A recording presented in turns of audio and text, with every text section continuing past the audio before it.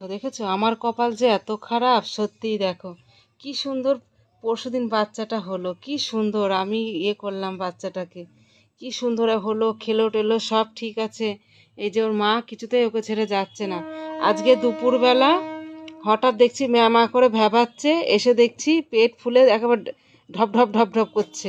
তো তারপরে আমার কোলে একটু লবণ জল খাওয়ালাম, তো আমার কোলেই মরে গেল। তো দেখো এত কষ্ট হচ্ছে, জানি না, এ তো এখন কিছু খাওয়াই শিখিনি। তো কি করে পেট ফাঁপলো, গেজা দুধ মানে বেশি খাওয়া পড়ে গিয়েছে নাকি জানি না। ওর মা কিছুতেই ওকে ছেড়ে যাচ্ছে না সেই দুপুর থেকে, মায়ের মন তো। তো এই দেখো বসে রয়েছে, ওর মা দেখো কিছুতেই যাচ্ছে না। ওদিকে আমার বরের ফোন হারিয়ে গিয়েছে, তো থানায় গেছিলো, থানায় গিয়ে ওদিকে একজনের সঙ্গে বলছে যে কি হয়েছে, আমি ওদিকে শুনছি। এদিকে ওদিকেও মনটা খারাপ, এদিকে বাচ্চার জন্য মনটা খারাপ। দেখো মরা বাচ্চাটাকে কেমন করে চাটছে, আর ভাল লাগছে না, এত মন খারাপ করছে কি বলবো, কিছু বলার নেই আমার। যে এত কষ্ট, আগের দিনও এরকম একটা হলো, হলো, এত কষ্ট করে কি পাচ্ছি বলো। আর লোকের গাল খেতে হয়, লোকের কত ছোট বড় কথা শুনতে হয় এই লোকের বাড়ি যাই বলে। হ্যালো গাইস, শুভ সন্ধ্যা। কেমন আছো তোমরা সবাই? আশা করি অনেক ভালো আছো। আজকে সত্যিই আমার মনটা খুব খারাপ। আগের দিন তোমাদেরকে আমি মানে অনেক আনন্দের সঙ্গে বলেছিলাম যে আমার আবার মানে খুশির খবর তোমাদেরকে জানাবো। তারপরে আমার আবার একটা ছাগলের বাচ্চা হয়েছে, মানে নাতনি হয়েছে, সেটা তোমাদেরকে অনেক মানে আনন্দের সঙ্গে আর কি বলেছিলাম। তো হয়েছে পরশু দিন হয়েছে। তো কি সুন্দর ছটফটে হয়েছিল বাচ্চাটা, জানো তো। মানে একটা বাচ্চা হয়েছিল, ওর মা প্রথম হয়েছে, ওর মাকে দেখেও মনে হচ্ছে না যে বাচ্চা হয়েছে। তো প্রথম হয়েছে বেশ সুন্দর ছটফটে, মানে চোরকুলা বাচ্চা, মানে একটু হেদা বেদা কিচ্ছু না।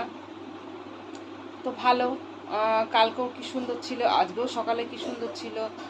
তো দুপুরবেলা আমি একটুখানি ঘুমিয়েছিলাম, তো ম্যামা ম্যামা করে ডাকছে, তো আমার শাশুড়ি আবার ডাকলে দেখো বাচ্চাটা কীরকম করছে, ভালো বাচ্চা কীরকম করবে। তো তারপর আমি আবার গেলাম, গিয়ে দেখছি শুয়ে রয়েছে, ম্যামা ম্যামা করছে। তো আমি আবার পেটটা দেখছি এরকম টুকু হয়ে ফুলে রয়েছে, আমি একটু বাড়ি মারি দেখি ঢপ ঢপ ঢপ ঢপ করছে। তো পেট মানে ফেপেছে। তো আমি একটা জিনিসই বুঝে পারছি না, ও তো আজকে 3 দিন বয়স হচ্ছে, মানে যদি জানতাম যে নতুন খাওয়া শিখছে, উল্টোপাল্টা কিছু খেতে পারে, কি চাটতে পারে, তার জন্য হয়তো পয়জন খাওয়া পড়তে পারে বা পেট ফুলতে পারে।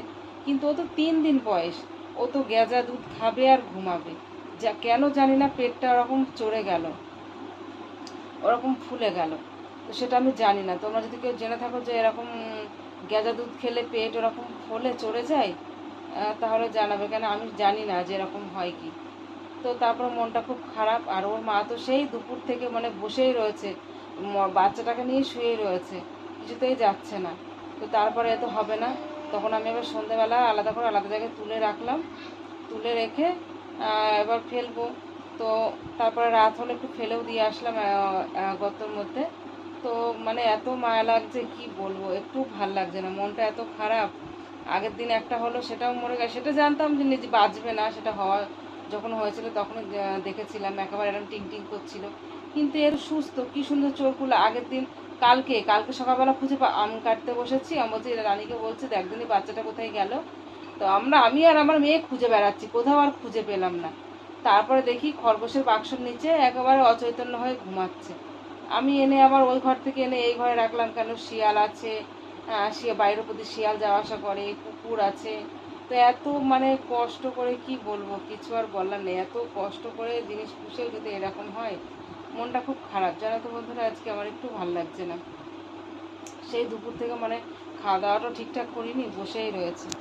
মানে একদম ইচ্ছা করছে না যে আমি ভিডিও দিই, কিন্তু তোমাদের সঙ্গে শেয়ার করছি, একটু আসলে কার সঙ্গে শেয়ার করব। মনের কষ্টটা কারোর সঙ্গে শেয়ার করতে গেলে কেউ মানে রহস্য করবে যে হ্যাঁ ছাগলের বাচ্চা নিয়ে এরকম, কিন্তু একটা ছাগলও কিন্তু মানুষের মতনই ভালোবাসা দিয়ে, আদর স্নেহ দিয়ে বড় করতে হয়, ঠিক আছে। তাই মানে এরকম করে মানুষের মতো করে বড় করতে হয় যে আই বলে ডাকলে সে পেছ পেছ চলে আসবে। তো যাই হোক, মনটা খুব খারাপ, কি আর বলবো, কিছু বলার নেই। আজকে তোমাদের এইটুকুই বলার ছিল, বললাম। তো সবাই ভালো থেকো, সুস্থ থেকো, টাটা।